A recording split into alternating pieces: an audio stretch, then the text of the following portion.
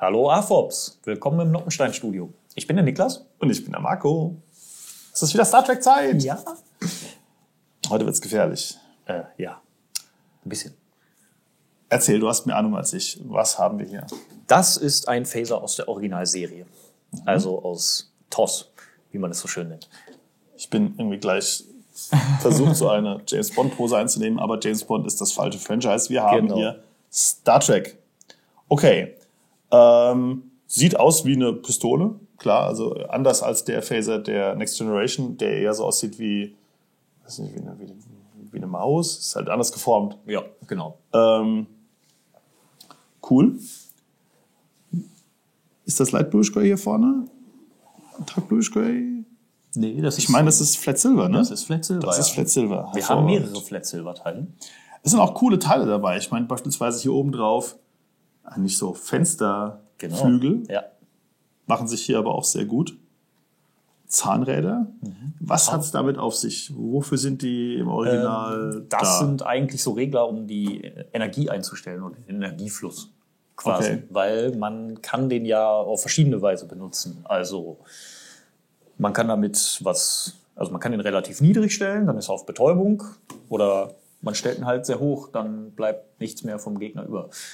Also da gibt's so eine, wie soll man das sagen? So eine Reichweite, ja genau, so eine Energieskala. Und das kann man hier machen, das kann man aber auch noch mal hier machen. Okay. Ja, der Bereich hier, der sieht so ein bisschen anders aus, ne? Dieser schwarze hier. Genau, weil das ist in der Serie eigentlich auch noch mal ein einzelner Phaser. Ah, ist das der Typ 1? Genau, Phaser, das ist dann der ganz zum kleine. Typ 2 Phaser wird, wenn man ihn... okay. Und Typ 3, das weiß ich schon, das ist dann so ein großes Gewehr. Genau. Okay. Schick. Die Bauweise hier finde ich toll, ne? Dass wir hier so schräg mit diesem Griff nach unten gehen, mit lauter so Headlights auch hier unten, die sich so abwechseln. Genau. Diesen 1x1. Ja, man braucht ja dann auf beiden Seiten Noppen, um diesen Griff halt hinzukriegen, dass der dann auch schön abgerundet fasst sich auch sehr gut an, muss ich sagen. Also ist stabil. Natürlich ein Print. Ja. Und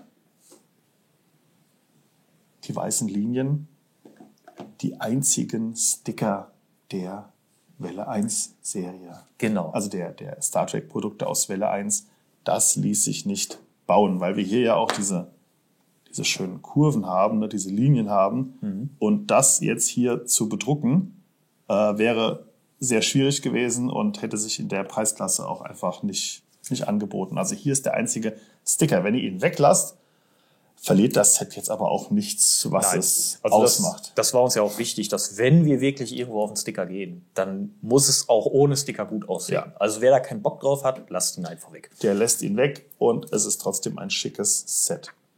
Okay. Wir haben einen Karton. Genau. Der hat jetzt keinen Weltraumhintergrund, weil es sich bei einem Phaser jetzt wenig anbietet, dass der durch den Weltraum schwebt, anders als ein Raumschiff. Ne? Genau. Wir haben den jungen Kirk in der Ecke. Ja, das hier nochmal. Und auch wieder das Gelb, das ist ja so farblich kodiert, die Kartons und Anleitungen. Und die Originalserie hat dann schön gelb. Das steht hier auch irgendwo. Da oben steht es auch nochmal. Genau. Und auf der Anleitung ist vorne genau dasselbe Bild, was ihr auf dem Karton auch habt. Und innen drin ist die wieder... Mein Lieblingstyp Anleitung. Genau. Das, was man schon gebaut hat, wird immer so ein bisschen ausgegraut. Hier, jetzt kann man es auch sehen, auf der Seite sieht man dann auch einmal, wo der Sticker verwendet wird. Also man sieht es auch in der Anleitung, wo er benutzt wird. Die vorherigen Bauschritte sind verblasst, aber immer noch farbig. Jetzt hat man natürlich hier hauptsächlich Sand Blue, einer meiner Lieblingsblautöne, Grau und Schwarz.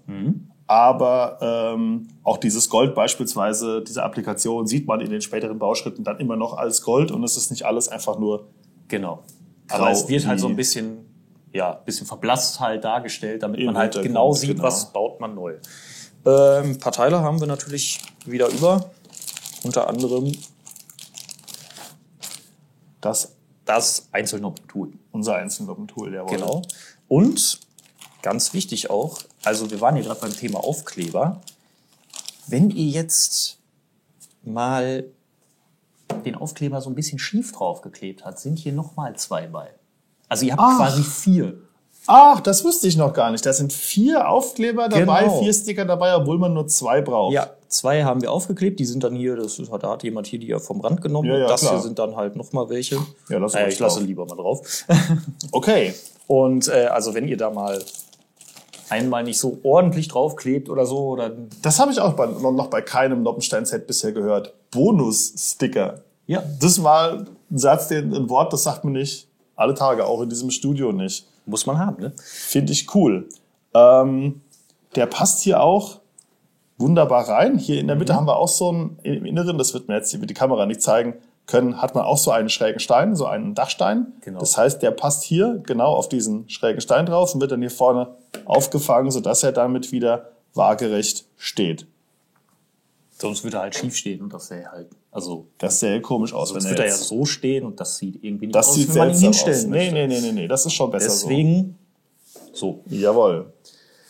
Das Ja. ist der Phaser Typ 2 der Original Series. Die Setnummer 104174. 361 Teile für 22,95 €. Inklusive des Ständers hier ist es 21,5 cm lang, 7 cm breit und 17,5 cm hoch. Baukomplexität, was würdest du sagen? Ich würde sagen, guter Durchschnitt. Guter Durchschnitt. Okay, ja, es ist eines von 4 Gadgets, wie wir sie genannt haben, im Maßstab 1:1. Wir haben noch einen Phaser aus der Next Generation, werden wir euch noch vorstellen. Ja. Einen Kommunikator aus der klassischen Serie, den werden wir euch auch noch vorstellen. Und einen klingonischen Duktar, oder wie immer man das ausspricht, einen klingonischen Dolch, den haben wir euch bereits vorgestellt. Ja, diese 1:1, Maßstab 1:1 Gadgets, finde ich, sind auch ein cooler Teil unserer Star Trek Produkte. Sehen einfach gut aus. Ja. Ich wäre ja auch für eine Defiant im Maßstab 1:1, aber da wurde ich überstimmt. Sorry, im Maßstab 1:1 wird es die Defiant nicht geben. Schade. Sehr schade, ja. Wir haben euch aber bereits in einem ersten Preview-Video zur zweiten Welle die Defiant im Mini-Maßstab als Mini-Modell enthüllt. Und wer weiß, vielleicht wird es hier auch noch mal ein bisschen größer geben. Wer weiß das schon. Also wir auf keinen Fall. Wäre cool, ja. Ich würde sagen, für heute war es das aus dem Noppenstein-Studio. Ja. Noppensteine kann man nie genug haben. Demnächst gibt's noch mehr. Viel Spaß beim Bauen. So ist es. Macht's gut. Ciao. Tschüss.